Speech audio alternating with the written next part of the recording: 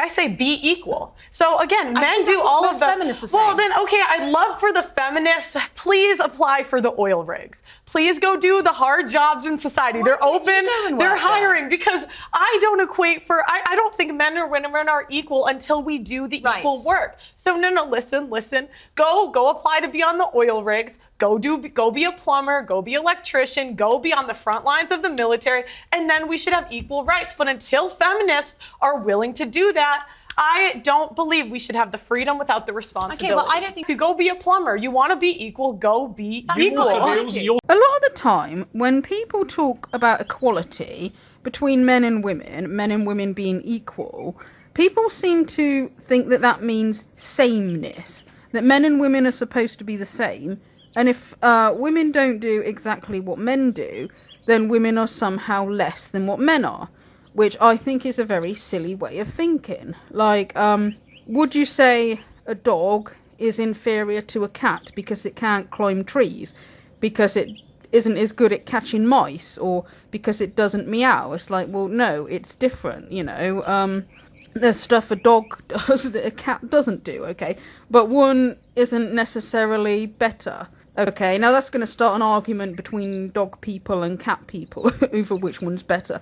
But you know what I mean, okay? Like, they're designed to be different, okay? Now, like, yeah, not so many women work on oil rigs, but then, well, also not that many men work on oil rigs. Yeah, more men than what women do, but to say, like, women shouldn't vote because more men work on an oil rig, it's like, well, why are the men that don't work on oil rigs then more deserving of a vote than the women that don't? Okay, but more women have died during childbirth than what men have died working on oil rigs. In fact, more women have died during childbirth than what men have, you know, going to war. Okay, like, men and women have both been disposable and have both, like, been expected to risk their life for the human race, but in different ways, okay?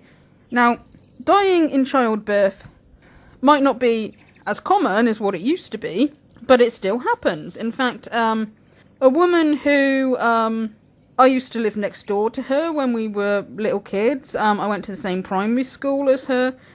She died not in childbirth, but due to complications during pregnancy. Okay, and it's very sad actually, because like when she was rushed into hospital, like you know, they said to her husband, they said, like, you've got a choice. We can either save your wife or the baby. And he said, save my wife. But, like, you know, it went horribly wrong, and they were not able to save her, but they were able to save the baby in the end, okay? You know, so this stuff does happen, okay? It's not that common, but there's not many people, in fact, there's no men I know that have died on an oil rig either. So, you know, it's like, okay, men and women have, like, both sacrificed in different ways, okay? And, like, Pearl will very often say stuff like, oh, well, why aren't women doing the plumbing? Or why aren't women electricians? Why aren't women being builders? And all that. And it's like, well, okay, there are certain jobs, all right, that not so many women go into, all right?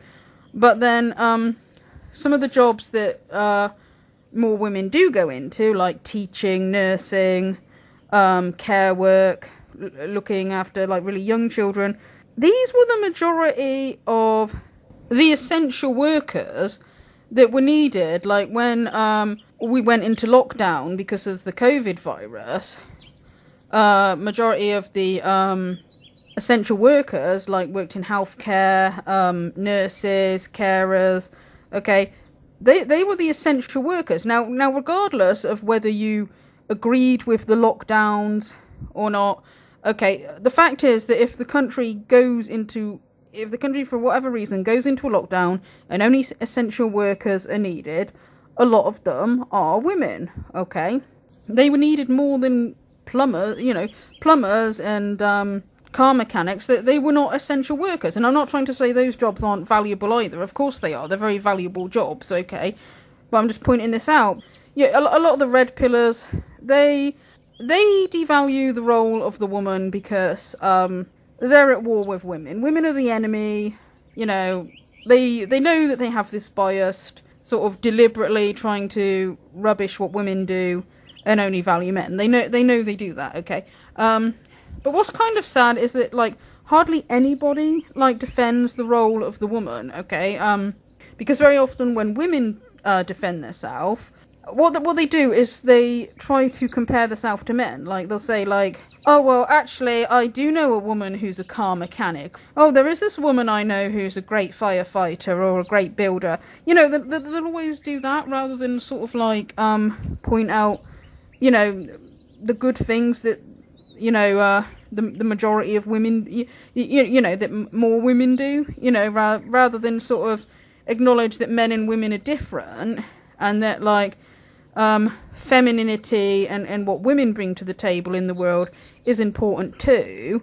They try to compare themselves to men, and I just kind of find that a little bit sad, actually. And I mean, it is true that as our society is changing, you actually are getting more women that do, you know, the kind of jobs that was, like, mostly male jobs. That is true. But it's also true that the jobs that majority women do is important as well. I also think that while men and women tend to be good at different things as a generalisation, I think a lot of that comes down to what we're interested in, right? Because say, like a typical woman, I'm not interested in cars, okay? You know, if something's wrong with my car, I'll just take it to the garage. I'm not, like, interested in learning about cars, okay?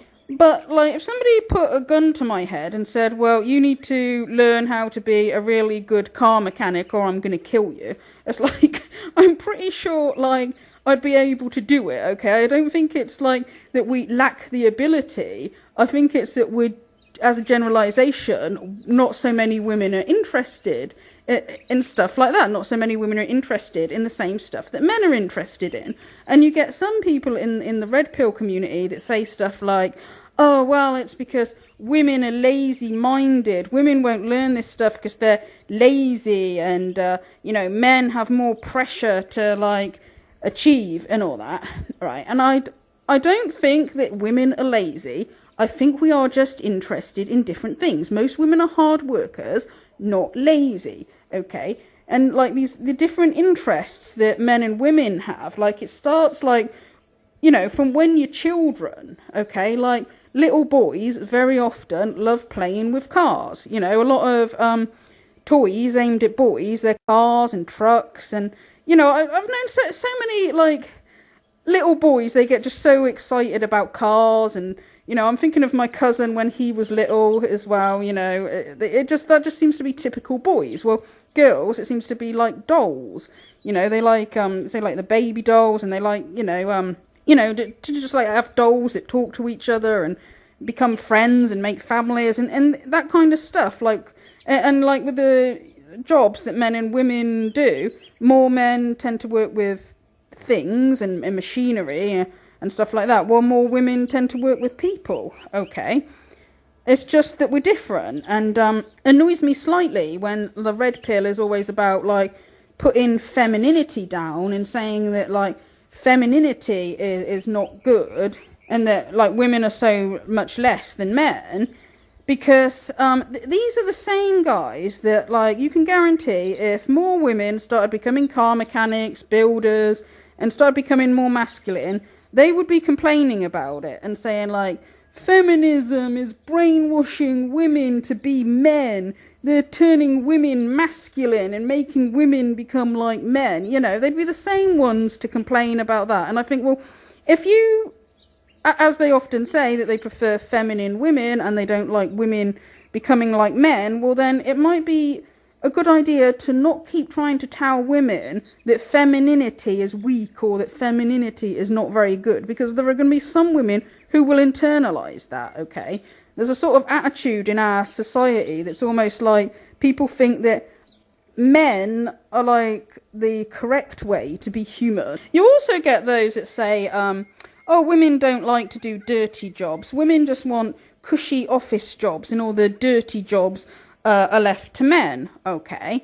Now, I'm sorry, But isn't cleaning up like babies' puke and babies' poo and wee and all that, is that not dirty stuff, whether it's their own kids or whether they're like a babysitter or working in a nursery or something? Isn't that dirty? Like, isn't looking after elderly, like when they're incontinent and don't have good control of their bowels, wouldn't that be dirty work? Like nurses, like in hospitals when they have to clean up bedpans and deal with blood and stuff like that, is that not dirty work? You know, it's like there's a lot of dirty jobs that women do, okay? But this idea that women just have cushy jobs where they don't, you know, they don't have to do anything hard or difficult or dirty. This is like what some people think because they get their worldview from the manosphere, from the red pill community. They're in the little echo chamber, and many of them don't even go outside to like view the real world, or when they do,